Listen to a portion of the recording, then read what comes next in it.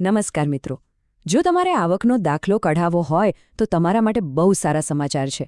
ગુજરાત સરકારે આખી પ્રોસેસને એકદમ સરળ બનાવી દીધી છે. તો ચાલો આજના આ વિશ્લેષણમાં આપણે આ નવી અને સિમ્પલ પ્રોસેસને સ્ટેપ બાય સ્ટેપ સમજીએ. આજે આપણે શું શું જોવાના છીએ? સૌથી પહેલાં તો એ નવો સરકારી ઠરાવ શું છે એ સમજીશું. પછી અરજી ફોર્મ કઈ રીતે ભરવાનું, સ્ટેપ બાય સ્ટેપ, કયા કયા ડોક્યુમેન્ટ સાથે રાખવાના છે એ જોઈશું. પછી વાત કરીશું સ્વર ઘોષણાપત્રની અને છેલ્લે તમારો નવો દાખલો કેવો દેખાશે એ પણ બતાવીશું. ટૂંકમાં બધી જ માહિતી તમને અહીં મળી જશે. તો ચાલો શરૂ કરીએ પહેલા વિભાગથી. સરકારે જે આ નવો ઠરાવ બહાર પાડ્યો છે ને, એની પાછળનો મુખ્ય હેતુ એક જ છે: નાગરિકોનો સમય અને પૈસા બચાવવા. અને એના માટે જે સૌથી મોટો ફેરફાર કર્યો છે એ છે સોગંદનામાની જે માથાકૂટ હતી એને જ કાઢી નાખી. એટલે હવે પ્રોસેસ એકદમ જ સિમ્પલ થઈ ગઈ છે. આ જુઓ, આ છે એ સત્તાવાર સરકારી ઠરાવનો નંબર.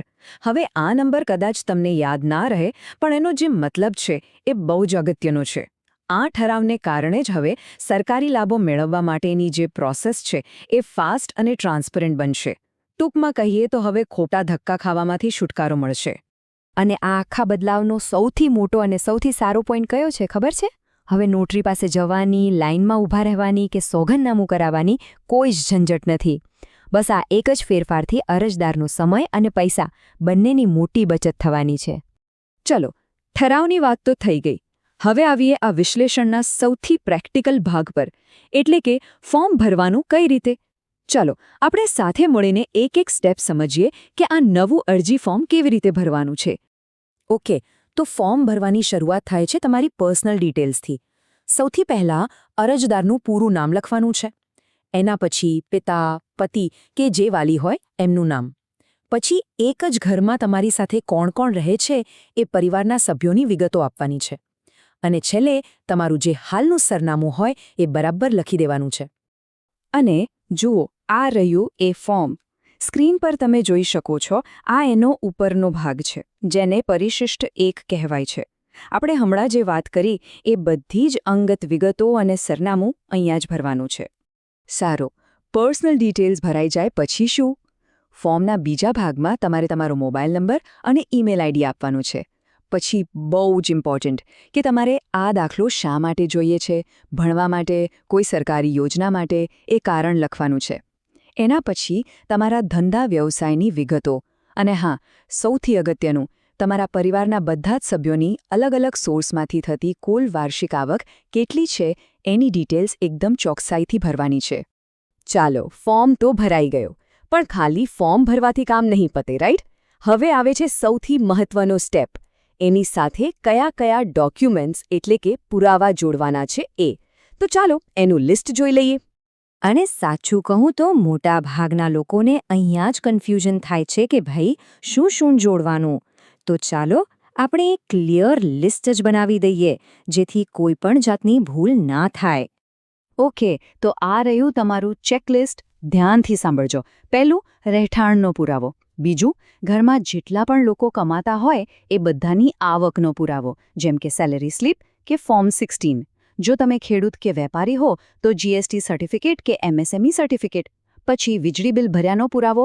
અને આ સિવાય પણ તમે જે આવક બતાવી છે એને સપોર્ટ કરતું બીજું કોઈ ડોક્યુમેન્ટ હોય તો એ પણ જોડી શકો છો. એક વાત યાદ રાખજો, જેટલા પુરાવા ક્લિયર અને સાચા હશે એટલી જ તમારી અરજી ફટાફટ મંજૂર થઈ જશે. હવે યાદ છે આપણે શરૂઆતમાં વાત કરી હતી કે સોગંદનામું નીકળી ગયું છે, તો એની જગ્યાએ શું આવ્યું છે? એની જગ્યાએ આવ્યું છે સ્વર ઘોષણાપત્ર. ચાલો સમજીએ કે આ શું છે અને એનું મહત્વ કેટલું છે. આ જુઓ, સ્ક્રીન પર તમને જે દેખાઈ રહ્યું છે એ છે પરિશિષ્ટ 2, એટલે કે તમારું સ્વઘોષણાપત્ર. આ કોઈ સાદું ફોર્મ નથી. જ્યારે તમે આના પર સહી કરો છો ત્યારે તમે કાયદાકીય રીતે એવું સ્વીકારો છો કે તમે આપેલી બધી જ માહિતી સાચી છે. એટલે આ એક બહુ મોટી જવાબદારી છે. અને આ જે લાઈન લખી છે ને એ આખા ઘોષણાપત્રનો સાર છે. એમાં સાફ સાફ લખ્યું છે કે મેં જે પણ માહિતી આપી છે એ મારી જાણ મુજબ સાચી છે. આનો સીધો મતલબ એ થાય કે જો ભવિષ્યમાં કોઈ પણ માહિતી ખોટી નીકળી તો એની પૂરેપૂરી જવાબદારી અરજદારની પોતાની રહેશે. એટલે મહેરબાની કરીને બધી વિગતો એકદમ સાચી જ ભરજો. ચાલો, ફોર્મ ભરાઈ ગયું, ડોક્યુમેન્ટ્સ જોડાઈ ગયા, ઘોષણાપત્ર પર સહી પણ થઈ ગઈ. હવે હવે બધી ચકાસણી થયા પછી તમને જેની રાહ છે એ મળશે, એટલે કે તમારો સત્તાવાર આવકનો દાખલો. તો ચાલો જોઈએ કે ફાઇનલ ડોક્યુમેન્ટ કેવું દેખાય છે. તો આ રહ્યો તમારો નવો આવકનો દાખલો. સ્ક્રીન પર તમે ડાબી બાજુ એનું ઓફિશિયલ ફોર્મેટ જોઈ શકો છો, જેને પરિશિષ્ટ 3 કહેવાય છે. અને જમણી બાજુ એક ડિજિટલી સાઇન થયેલા સર્ટિફિકેટનું ઉદાહરણ છે. તમારી અરજી અપ્રૂવ થશે એટલે બસ આવો જ દાખલો તમને મળશે. અને આ કોઈ સાદો કાગળ નથી. આ નવા સર્ટિફિકેટમાં બહુ જ એડવાન્સ સિક્યોરિટી ફીચર્સ છે, જેમ કે એમાં ડિજિટલી સાઇન્ડ ઈ-શીલ હશે, ઓફિસના સિક્કાની ઇમેજ હશે અને સૌથી ખાસ એક QR કોડ પણ હશે. આ QR કોડથી શું ફાયદો? કોઈ પણ વ્યક્તિ એને સ્કેન કરીને તરત જ ચેક કરી શકે છે કે દાખલો અસલી છે કે નકલી. મતલબ છેતરપિંડીનો કોઈ ચાન્સ જ નહીં. તો આ હતી આખી પ્રોસેસ. ચાલો ફટાફટ એક નાનકડો સારાંશ લઈ લઈએ અને કેટલીક જરૂરી માહિતી પર ફરીથી એક નજર નાખી લઈએ. જો મહેસાણા જિલ્લાને લગતી આવી જ અગત્યની અપડેટ્સ અને માહિતી તમારે નિયમિત રીતે મેળવવી હોય તો તમારે રોજ moherumehona.in વેબસાઇટની મુલાકાત લેવી જોઈએ. અહીં તમને બધી જ લેટેસ્ટ માહિતી મળી રહેશે. તો મહેસાણાની આવી મહત્વની અપડેટ્સ માટે moherumehona.in વેબસાઇટની રોજ મુલાકાત લો. અને જો તમને આ માહિતી ખરેખર ઉપયોગી લાગી હોય તો આ વિડીયોને લાઇક જરૂર કરજો અને બીજા લોકો સાથે શેર પણ કરજો, જેથી એમને પણ મદદ મળે. અને હા, અમારી ચેનલને સબસ્ક્રાઇબ કરવાનું ભૂલતા નહીં. અને જતા એક સવાલ તમારા માટે.